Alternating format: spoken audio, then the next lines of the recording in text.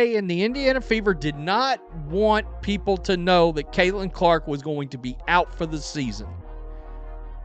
I can tell you, from the very day that they decided to let that go public, everything has dropped off a cliff. Okay, this is wild. The WNBA has officially hit peak comedy. Ratings? Tanking? Ticket sales? Collapsed. And suddenly, the Indiana Fever are being forced to play in Atlanta, all because Caitlin Clark is sidelined. The league actually thought fans wouldn't notice. But here's the newsflash. We noticed. You won't believe the circus that's unraveling in real time. Seriously, do you even think the WNBA would survive a full season without Caitlin Clark? Drop your thoughts in the comments. Let's not sugarcoat this.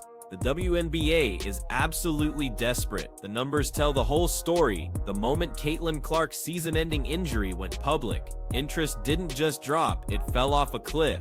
Not a hill, not a slope, a full-blown cliff. 1 week you had packed arenas, ESPN bragging about record viewership, and fans traveling states just to see Indiana play. The very next week, empty seats, half-hearted claps, and TV ratings that look more like late-night reruns than actual professional sport. People were trying to hang on to the possibility this whole time. Look, so many people stayed engaged with the team because they thought the cavalry was coming. She's coming back. We're going to have a fighting chance to win the WNBA championship. The Indiana Fever and the WNBA, they knew this. And get this, the league actually thinks moving Indiana's games to Atlanta is going to fix this mess. Seriously? Atlanta? You're probably thinking, is the solution to losing your superstar just changing the stadium? That's not problem solving. That's straight up panic dialing. Let's rewind for a second. When Clark was healthy, the WNBA had hit the jackpot. ESPN plastered her everywhere. Every game she played pulled in numbers the league hadn't seen in decades. We're talking millions of viewers, social media blowing up, highlight clips going totally viral. The Fever weren't just a team, they were the team. Every road game felt like a home game because fans showed up for her. But here's the kicker, the WNBA and the Fever front office knew she wasn't coming back. They sat on that information. They dangled false hope, letting fans think she might return for a playoff push. Why? Because they knew the moment that truth came out, the bubble would absolutely burst. And guess what? The bubble burst. Look at Baltimore. Nearly 3,000 ticket-holding fans just didn't show up. Think about that for a second. They already paid, already had their seats, and still said, nah, not worth it. That's not just disinterest, that's betrayal. Fans thought they were signing up for Caitlin Clark. Instead, they got WNBA light with no refund policy in sight. People felt like they were going to games thinking this team would have Caitlin Clark coming back to make a championship run. I mean, the perfect example, the game in Baltimore the other day with the Mystics. Nearly 3,000 fans decided not to show up, and they paid for the ticket. And now we've got ESPN out here pretending everything's just fine. They're trotting out these year-over-year growth numbers and highest average viewership in decades. But hold up, let's tell the full truth. Those massive numbers, Clark was playing. Those huge viewership spikes, Clark was the undeniable headliner. Those viral highlights everybody shared, Clark was the one hitting logo threes and dropping dimes. Without her, what do you get? A 90,000 viewer snooze fest between teams nobody outside their own zip code even cares about. I mean, let's put this into perspective for a second. One of the league's hyped matchups recently drew less than 100,000 viewers. That's barely YouTube influencer territory. What's even more insane is that some high school state championship games pulled better numbers than, and yet the league wants to parade around like the sky isn't falling. Spoiler alert, the sky is falling. But before Caitlin Clark's season-ending injury, WNBA tickets were averaging $89. The moment she went down, price crashed nearly 30%, plummeting to $62 a seat. That's kind of crazy. And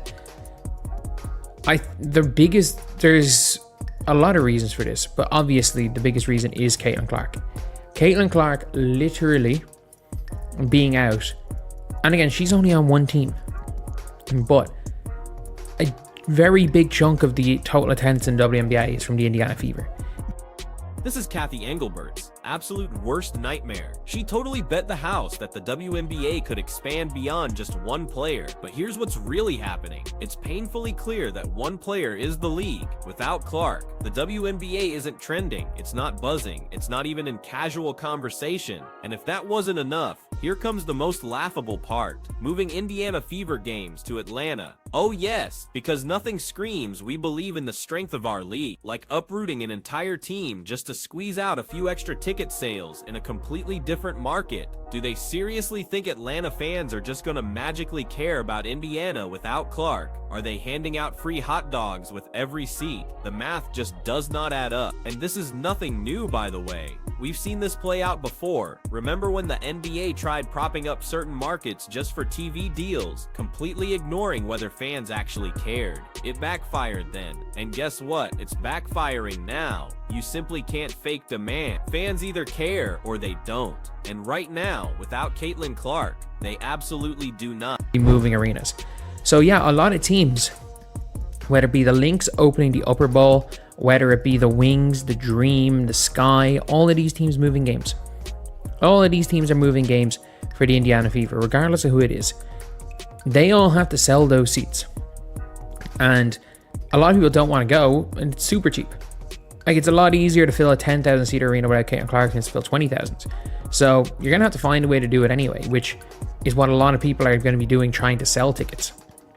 The seats for the playoffs, I would say the Indiana Fever playoff seats would have been, honestly, like nearly $1,000 in.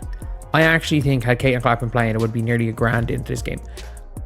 Okay, let's talk numbers again, because they don't lie. Before her injury announcement, the Fever versus Sky game, with Clark and Angel Reese pulled in a massive 2.7 million viewers. That's more than some primetime MLB games. But after her injury, the Fever versus Mystics game managed only 270,000. Fever versus Lynx barely crossed 1 million.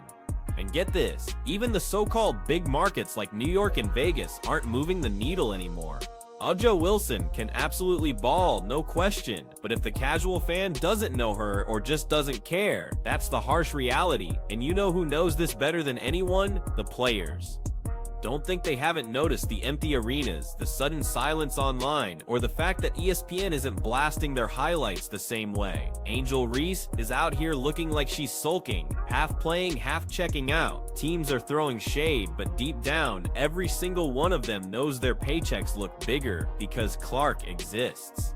Without her, those checks shrink. Here's the bottom line. The WNBA tied its entire relevance to one player, and now that player's sidelined, we're seeing the panic move. They're shifting the Fever to Atlanta because maybe, just maybe, a new market will distract from the fact that fans aren't tuning in. But wait until you hear this. It's smoke and mirrors, and it's not fooling anyone. Players aren't stupid. They can feel that energy shift. When Clark was on the court, every single possession felt bigger. Every foul call got boos or cheers like it was a playoff game. Now you can practically hear sneakers squeak louder than the crowd. That's not atmosphere, that's awkward silence. Take Angel Reese, for example.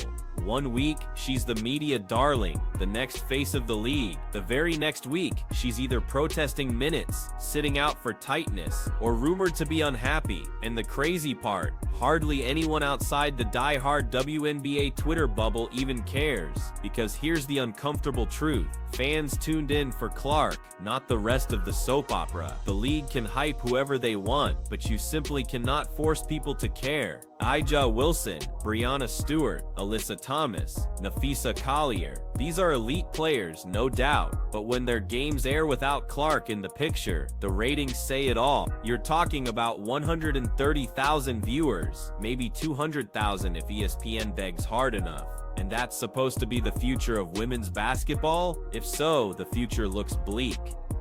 Okay, let's circle back to this Atlanta stunt. What does forcing the Fever to play there actually accomplish? Atlanta isn't exactly known for packing arenas for WNBA games. Their own team has struggled for years to get traction. So now, the league thinks Indiana's starless roster is going to magically draw crowds in a city that barely supports its own squad. That's not strategy, that's just more smoke and mirrors. You want to know the real reason?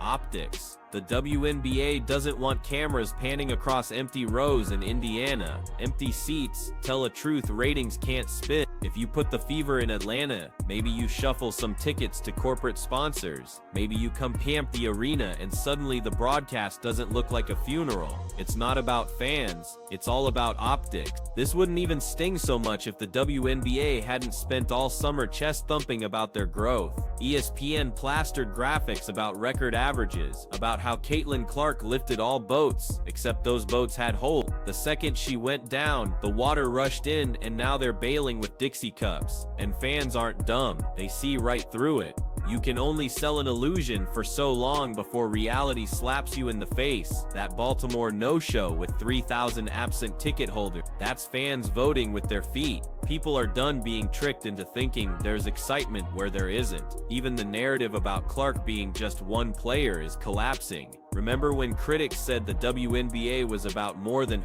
that, the culture and legacy players mattered more? Well, ratings have blown that theory to pieces. Because the second she's out, the entire league looks invisible. Let's be blunt, the WNBA has a dependency problem. Caitlin Clark isn't just another player, she's the oxygen tank. You pull her out, and the room goes quiet. Moving Indiana games to Atlanta won't change that. It's like rearranging deck chairs on the Titanic. Sure, the chairs look different, but the ship is still sinking. What's really wild is how short-sighted this all is. Instead of building sustainable excitement around multiple stars, the league has doubled down on Clark as the lifeline, all while pretending they didn't. That's how you end up here. A league pretending to celebrate all-time high ratings while quietly panicking about half-empty arenas and fans tuning out. And the hypocrisy, don't even get me started. You've got media outlets lecturing fans that they should care about women's basketball regardless of Clark. That argument's been tried before. Remember the support women's sports because it's the right thing campaigns. Guilt doesn't sell tickets. Guilt doesn't pull in TV numbers. People want entertainment, not lectures. Clark brought that. Without her, the product looks flat. Let's zoom out a bit. Sports leagues rise and fall on stars. That's not new. The NBA had Jordan, then LeBron, then Curry. The NFL has Brady, Mahomes. MLB had Bonds, Jeter. Stars are the currency, but here's the difference.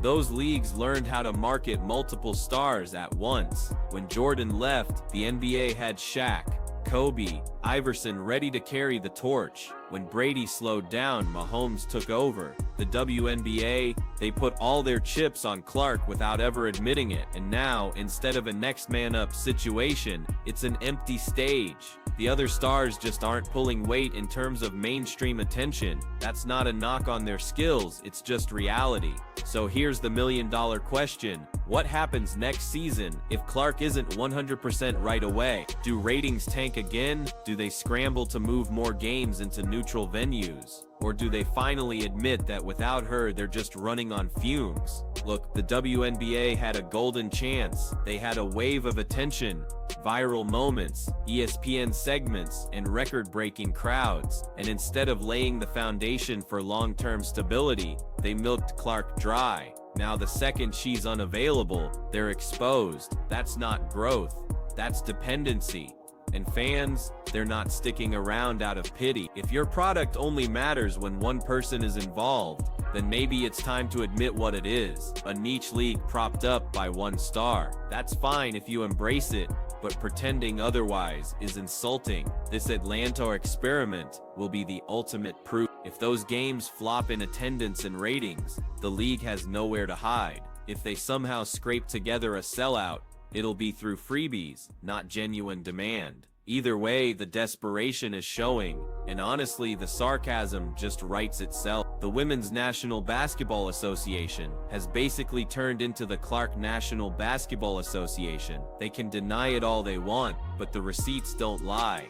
Without her, ratings plummet, arenas empty, and ESPN is left recycling old highlights just to keep fans engaged. So yeah, the WNBA can shuffle teams around, spin numbers, and push PR campaigns, but at the end of the day, the truth is loud and clear. Caitlin Clark is the sun, and without her, this league is completely in the dark.